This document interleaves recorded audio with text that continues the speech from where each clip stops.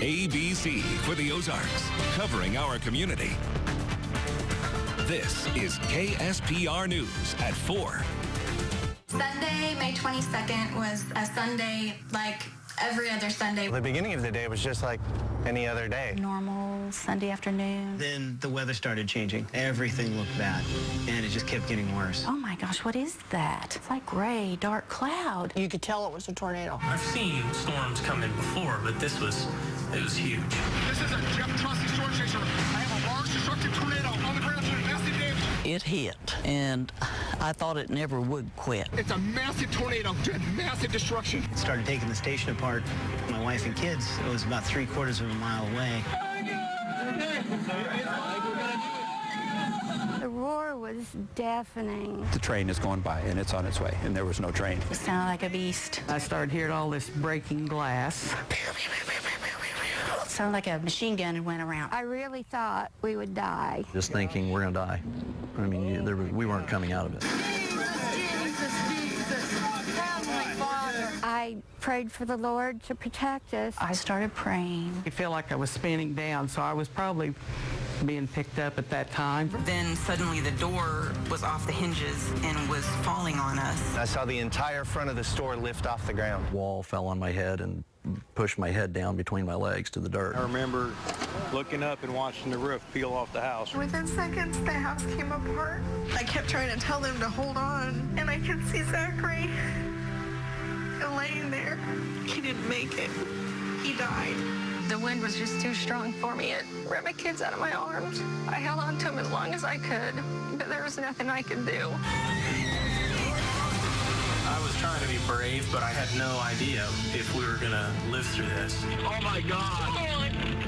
Oh my God! Looks like a bomb went off. Looks like a combat zone. Just looks like a war zone. I've been enduring 3 wars, and this is worse than anything I was ever in. It looks like something you see in an apocalypse movie. It's just all gone. I couldn't reach my husband. I kept texting. I called and texted and called. He had no idea if I was sucked away or dead or alive. Everywhere I thought that I'd have to share my graduation day with one of the most tragic moments that Joplin's seen, probably the worst couple of days of my life. Your life can be great one second and be rubble the next, and lose people that are really close to you. I'm not going to be able to get that image out of my head of all those people just laying there. Walking over bodies, not even realizing it. I just want to pick him up and hold him and tell him I love him one last time. I know if he's not here, his body's just there, but his soul's somewhere else. They found him in the rubble of his house with his dad and his mom, and it was pretty hard. I am emotionally and physically drained, but I have to keep going. Claire! Anybody in there?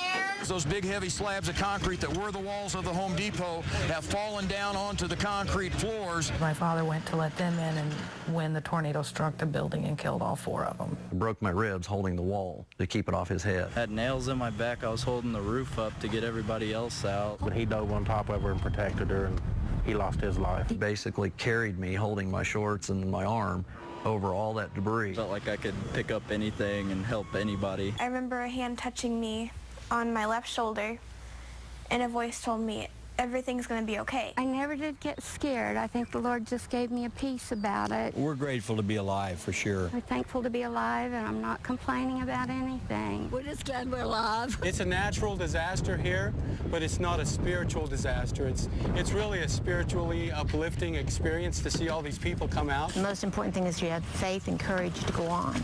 Because if you have that faith and courage to move forward, then everybody else will come with you.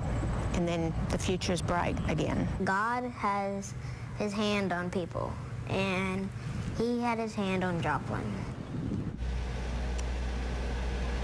Hello again and welcome to Joplin 1 year later. I'm Joe Dawes. And I'm Lee Moody. We're live in Joplin tonight for a special KSPR News at 4 o'clock. Nobody can argue that the people of Joplin have had a kind of a tough year since what they've gone through. You can drive through this area, walk around, and still see the destruction. In fact, right behind our cameras across the street is what used to be the St. John's Hospital. There are also still a lot of empty lots where houses are waiting to be rebuilt. But today, they are trying to look forward with a day of unity. And coming up in the next hour, we're going to take a look back at the past few months and how people are coping now.